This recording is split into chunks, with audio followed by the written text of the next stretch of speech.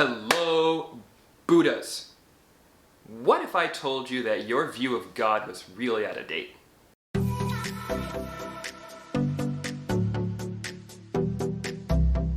Now, Buddhas, before we get started, we've got a playlist down below that you can check out with over 100 Buddha Billionaire videos so you can watch it and accelerate your spiritual awakening.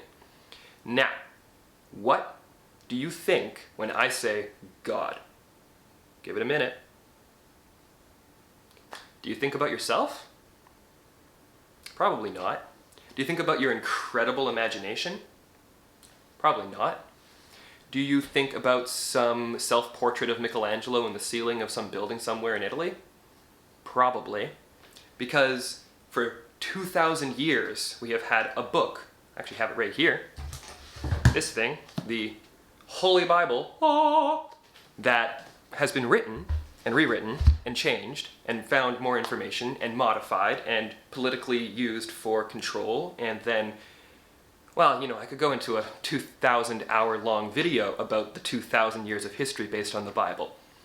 But fundamentally, the idea of this God in every religion ever, blanket statement, trigger warning, got that video from just the other day, you can watch it if you need to understand what a trigger is. Then we take it, we read it, and we completely misunderstand it. And that is propagated throughout the world.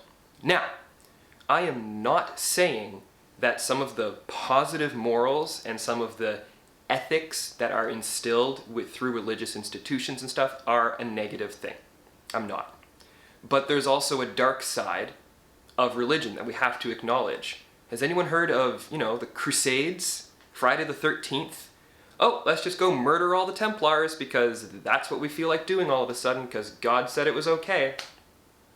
And again, I apologize for any trigger warnings. You've probably already left this video if you are actually offended by any of that, but those are just historical happenings over the last 2,000 years. What was not a historical event, however, trigger warning, was this whole Jesus situation. The word metaphor means to tell a story using things that people can relate to. I used to do this all the time in my IT career, and let's say someone has purchased a computer, but they're not happy with the performance of the computer.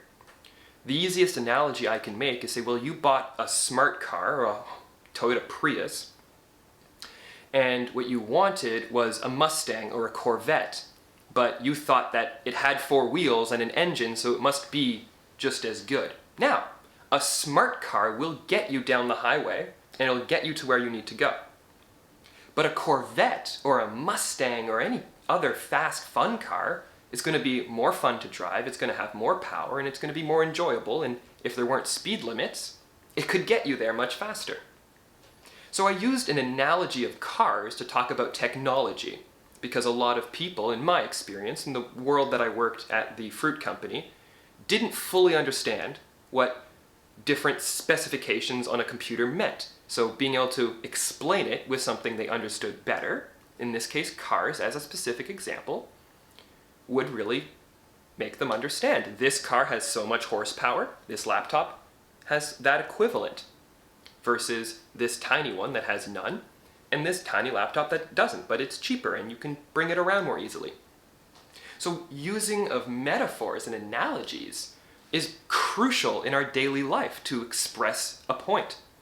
And that's kind of the point that I want to make to begin with the discussion of the Bible. Because though there are certain aspects of the stories that do have some historical relevance to real people, there's a lot of it that doesn't.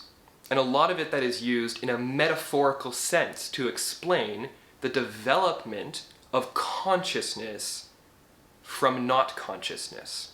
And that is ultimately why we are here. And again, if you've made it this far into the video, you're either already starting to have these thoughts or you already understand where I'm going with this to begin with. And that is that our ability to think and be aware of the fact that we are thinking is what the Bible means when they talk about God said, I imagined, I had a dream, all these different languages and words, which we're reading an English version, at least I am, which is translated from Greek and Aramaic, which is also then translated from different Latin variants, and there's so much, and Hebrew, and all these other languages that are not dead languages, but very ancient languages that are not used in my modern day-to-day life here in Canada. So again, translation can also be a whole other aspect of how that comes into being. But reread, if you have it, Genesis, the first 3 books of Genesis. And don't think of it as some big old white dude in the sky, because that's not what it is. That's just all kinds of control mechanisms. Think of it as yourself imagining that you are waking up to the fact that you exist.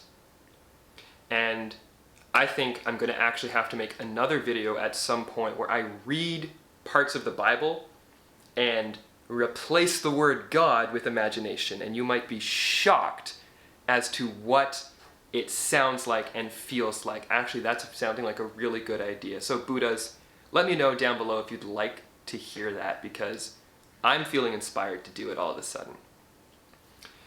But you can also do Genesis, okay, the first book, and you can also then take the story of Christ and read it from a perspective of a spiritual awakening, not of the perspective of some baby who's born to some random virgin in the middle of nowhere in a pasture. If you take the concept, and again, I realize that this is not necessarily easy to digest from someone who was brought up in a world where this was not how it was explained. But if you take the concept that the Virgin Mary is you, regardless of your sex, because that's irrelevant. Sex is irrelevant, period. But regardless of your gender, you take the fact that you are the Virgin Mary, and then you bring the story of birthing Christ into the world, being your consciousness and your understanding of what's happening, and you go through the book with that perspective.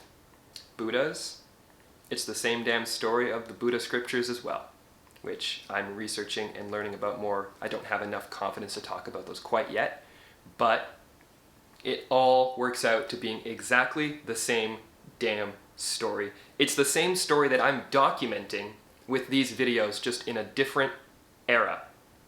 So in 2,000 years, if someone were to see all of my videos and make a religion based off of it, it would be the same religion that we currently have now. It only comes down to how you interpret the actual works. So Buddhas, remember, A, I'm going to be covering some more of this, so I really hope that that doesn't trigger you too much, but B, the most important thing is to love yourself.